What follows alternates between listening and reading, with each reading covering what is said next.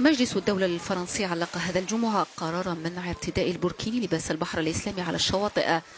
بعدما كانت لجنة رابطة حقوق الإنسان والتجمع لمكافحة كراهية الإسلام قد لجأت إلى القضاء لإبطال قرارات محلية بمنع هذا اللباس، وذلك بحجة احترام التقاليد والعلمانية. وقد توالت ردود الأفعال بشأن هذا القرار، حيث قال رئيس الوزراء الفرنسي مانويل فالس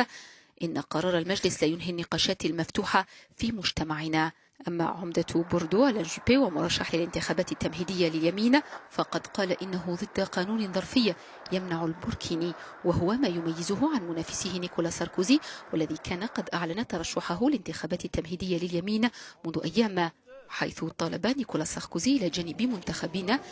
يمينيين آخرين بقانون يوضح هذه الوضعية. وكانت صور تظهر الشرطة الفرنسية وهي تجبر امرأة على خلع لباس يشبه البوركيني في شاطئ في مدينة نيس قد أثارت حفيظة العديد من الأطراف في داخل فرنسا وفي الخارج على مواقع التواصل الاجتماعي.